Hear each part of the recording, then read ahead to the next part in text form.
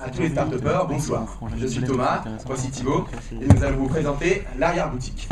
Alors, nous, l'idée c'est simple, c'est de se dire, la revente d'occasion, tout le monde est d'accord pour dire que c'est très bien, que c'est écologique, que c'est économique, et pourtant, il y a très peu de gens qui revendent effectivement d'occasion, et c'est vraiment encore plus rarement systématique.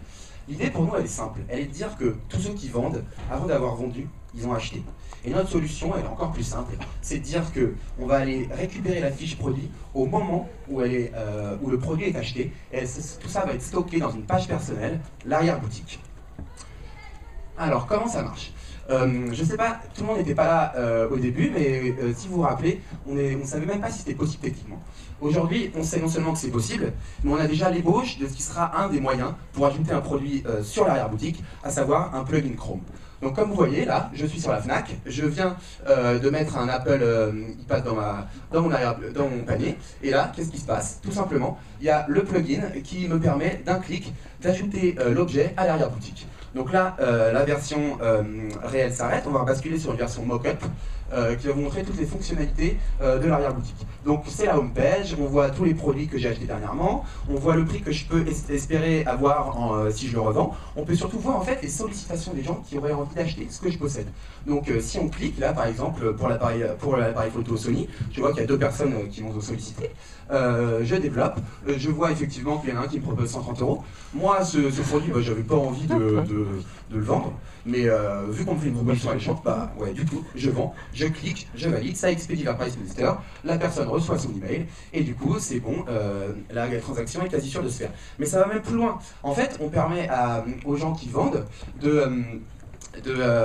pardon, je me perds, d'utiliser ce qu'ils gagnent en revendant pour acheter les produits dont ils ont vraiment envie. Et donc ainsi, d'une part, on incite les gens à utiliser au maximum leur boutique, à ajouter autant que possible des objets dedans, mais surtout, on se positionne en tant qu'apporteur d'affaires vis-à-vis, par exemple, là, de la Fnac pour l'IPF 2, et donc du coup, on peut être financé via de l'affiliation. Merci Thomas. Alors, donc vous l'avez compris, il y a 3 points forts dans notre projet. 1, on suit tous nos achats de manière quasi exhaustive. On peut revendre en un clic puisqu'on a déjà pré-téléchargé la fiche produit. Et 3, on peut être surtout, c'est le plus important, on peut être sollicité à l'avance par une personne qui est intéressée par un des objets qu'on possède avant même qu'on se rende compte qu'on ait envie de le vendre. Donc comment crée-t-on de la valeur? Aujourd'hui, le marché de l'occasion sur Internet, c'est un marché qui représente 7 milliards d'euros. Sur 100 produits achetés sur des sites d'achat de e-commerce neuf tels que Fnac par exemple, malheureusement seule une petite partie est revendue d'occasion. Alors pourquoi? Donc on a inventé un terme qui s'appelle le resale momentum, trademark, donc qui est en fait l'instant où la personne se rend compte qu'elle a un intérêt à remettre en vente un produit. Et le problème c'est qu'on pense que ce resale momentum est trop en aval dans le processus de revente, de mise en revente des produits. Donc c'est là où l'arrière-boutique intervient.